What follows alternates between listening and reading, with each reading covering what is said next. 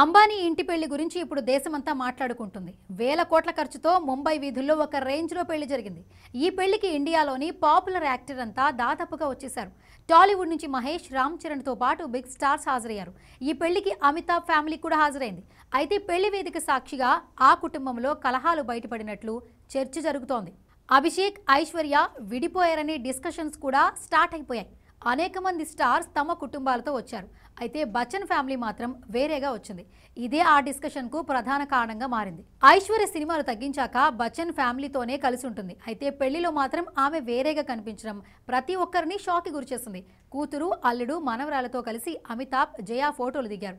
అభిషేక్ కూడా వారితోనే ఉన్నారు. అయితే అక్కడ ఐశ్వర్య మిస్ అయింది. కూతురు ఆరాధ్యతో కలిసి ఐశ్వర్య వేరుగా ఫోటో దిగింది. దీంతో ఒకే కుటుంబం అయినా వీరంతా ఇప్పుడు విడివిడిగా రావడంపై రకరకాల అనుమానాలు వినిపిస్తున్నాయి.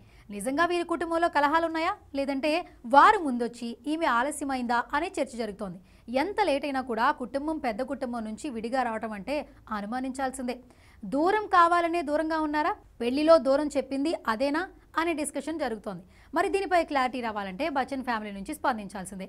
అయితే మరికొందరు మాత్రం ఫోటోలో లేనంత మాత్రాన కుటుంబంలో లేనట్టు కాదుగా, విడివిడిగా ఉన్న ఐశ్వర్య, అభిషేక్ మనసులు ఎప్పుడూ కలిసే ఉంటాయని పోస్టులు పెడుతున్నారు.